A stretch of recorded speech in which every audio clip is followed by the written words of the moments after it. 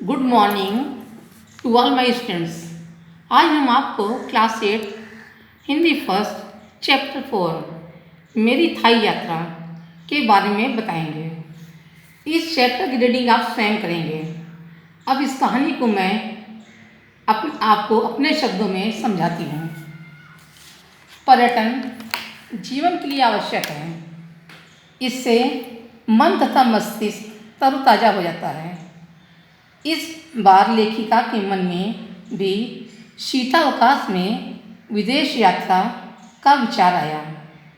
कुछ सोच विचार के बाद थाईलैंड का यात्रा करना तय हुआ। पर्यटन की दृष्टि से थाईलैंड जाने का सर्वोत्तम समय नवंबर से फरवरी माना जाता है। यात्रा पूर्व की तैयारियां आरंभ हो गईं। 25 दिसंबर प्रातः 8:45 के लगभग 8:45 के समय के लगभग दिल्ली के अंतर्राष्ट्रीय हवाई अड्डे से हमारे विमान ने उड़ान भरी और लेखिका की थाई यात्रा आरंभ हुई। थाईलैंड के समय के अनुसार हम दोपहर 2:30 पर बैंकॉक हवाई अड्डे पर पहुँचे, जो थाईलैंड की राजधानी है। लगभग 1 घंटे वीजा लगने के बाद सभी हवाई अड्डे से बाहर आए और पट्टिया के लिए रवाना हुए। 25 दिसंबर का दिन था, अतः एयरपोर्ट पर क्रिसमस ट्री के साथ सेंटा क्लॉज बड़े दिन का स्वागत कर रहे थे। ट्रैफिक नियमों का पालन वहाँ बहुत अच्छे तरीके से होता है। सोचती हूँ काश मेरे यहाँ भी ऐसा ही होता। शाम 5:30 पर हम पट्टिया पहुँचे। पट्टिया पहुँचकर सभी अल्काजार के ब्रड देखने के लिए तैयार होने लगे, क्योंकि पट्टिया आने वाले अल्काजार के ब्रड अवश्य देखते हैं। नृत्य संगीत से सजे कार्यक्रम की भावभंगिमाएं मन को भा रही थीं। अगले दिन समुद्री यात्रा का सफ़र रोमांचक था। डीप सी वॉकिंग काफ़ी रोमांच भरा था। 5 से 6 लोगों के समूह में हमने समुद्र में नीचे उतरकर सैर की। समुद्र तट पर बैठने, समुद्र के बीच से में जाकर भीगने, लहरों से खेलने तथा गोता लगाने का एक अपना ही आनंद है। अप्रैल 1961 में वियतनाम के विरुद्ध अमेरिकी युद्ध में भाग लेने वाले लगभग 100 सैनिकों की टोली यहाँ आराम करने आई। तभी से यह पर्यटन स्थल के रूप में प्रसिद्ध हो गया। समुद्री यात्रा से लौटकर दोपहर का भोजन करने के पश्चात सभी लोग जेम्स गैलरी देखने गए। वहाँ उन्हें बहुत बहुमूल्य रत्नों की जानकारी दी गई। थाईलैंड में बहुत सी नृत्य शैलियाँ हैं जो नाटकों से जुड़ी हैं। इस कार्यक्रम के बाद सभी ने एलिफेंट शो देखा। बच्चों ने इस शो का खूब आनंद लिया। पट्टिया में 2 विशेष स्थल अंडर वाटर वर्ल्ड तथा 3D आर्ट गैलरी देखने पर लेखिका को लगा कि उसका पट्टिया आना सार्थक हो गया है। अंडर वाटर वर्ल्ड के भीतर गए तो दंग रह गए। चारों ओर तथा ऊपर कांच में समुद्री जीव जंतु जल में तैर रहे थे। शाम के समय 3D आर्ट गैलरी देखने गए। दीवारों पर बने सुंदर दृश्य, मानवीय आकृतियाँ, आकर्षक, डरावनी तथा मनमोहक पेंटिंग को देखकर सभी दंग रह गए। बैंकॉक पहुंचकर हम बौद्ध मंदिर गए। वहाँ महात्मा बुद्ध की स्वर्ण निर्मित बैठी तथा लेटी हुई मूर्तियों के दर्शन हुए। यहाँ महिलाओं को छोटे कपड़े पहनकर जाने की अनुमति नहीं है। अगले दिन सभी ने यहाँ का सर्वाधिक प्रसिद्ध मरीन पार्क एवं सफारी देखा।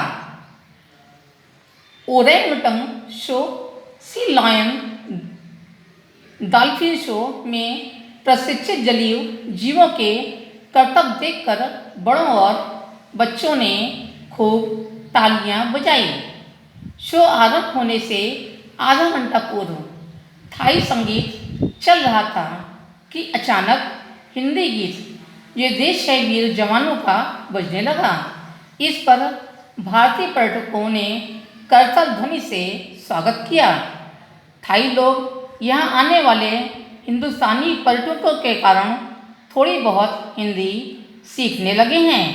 उनके अशुद्ध हिंदी प्रयोग पर लेखिका को हंसी आई, किंतु हिंदी के प्रति उनकी रुचि देखकर लेखिका को अच्छा लगा। अपनी सभ्यता को ध्यान में रखते हुए लेखिका ने नमस्ते किया तो उन्होंने भी दोनों हाथ जोड़कर नमस्ते या शुक्रिया किया। मरीन पार्क में सभी ने शाकाहारी भोजन किया। विदेश में राजमा चावल और पंजाबी खीर ने सबने खाने का स्वाद बढ़ा दिया। विश्व के सबसे बड़े चिड़ियाघर में सभी ने एशिया तथा अफ्रीका के लगभग सभी वन्य जीवों को देखा। बैंकॉक में पट्टिया के अतिरिक्त फुकेट और चियांग माई भी प्रसिद्ध पर्यटन स्थल है। फुकेट थाईलैंड में बहुत से पर्यटक आते हैं। यहाँ बाजार, मंदिर, चीनी पुर्तगाली का अनोखा संगम देखा जा सकता है। चियांग माई में 300 से अधिक मंदिर हैं। थाई यात्रा में एक बात से लेखिका परेशान हो गई। थाई करेंसी बाढ़ के समक्ष रुपए की कमजोरी स्थिति। वहाँ 100 बाht देने का अर्थ है भारत के 200 रुपये देना। बैंकॉक लौटने पर वहाँ बिताया हर पल याद रहेगा। आइए अब इस चैप्टर के कठिन शब्दों को अंडरलाइन करते हैं। शीतावकाश, स्वाभाविक, थाईलैंड, प्राकृतिक, सर्वोत्तम, सैलानियों, अंतर्राष्ट्रीय, विस्मित, आकृतियों, अराइवल, पट्या, एयरपोर्ट, सेंटा क्लॉज, अनुशासित।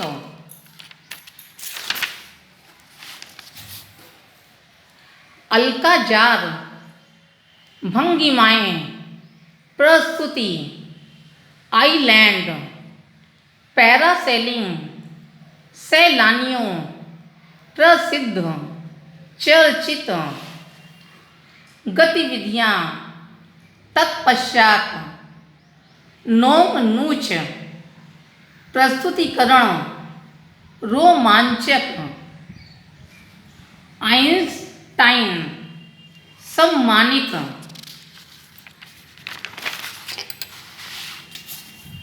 विशेषतः प्रतिमाएँ, ओरेंगटन शो, डॉल्फिन शो, लयबद्ध हिंदुस्तानी प्रतिक्रिया, चियांग माई संग्रहालय, सांस्कृतिक। इस चैप्टर का शब्दार्थ आप लोगों को अपनी नोटबुक में करना है।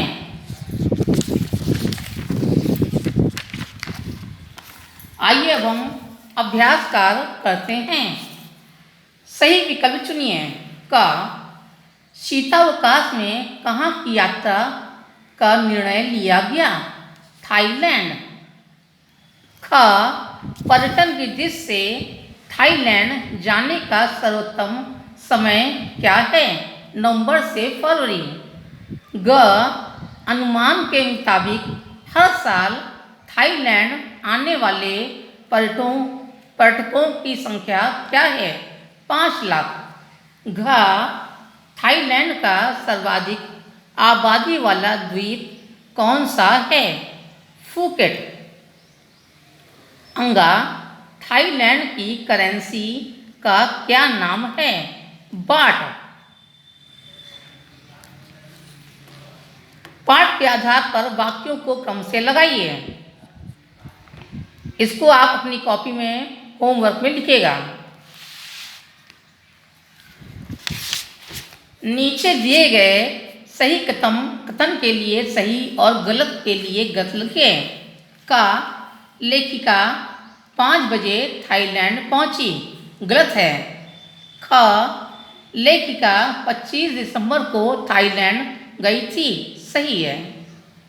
ग सफारी वर्ल्ड खुला चिड़ियाघर है, सही है। घ विदेशियों का अल्काजार केब्रेट में प्रवेश निषिद्ध है, ये गलत है। अंगा मरीना पार्क में शाकाहारी भोजन मिलता है, ये सही है। इस चैप्टर के प्रश्नोत्तर की फोटो आपको दे दी जाएगी। आज की कक्षा में बस इतना ही। धन्यवाद।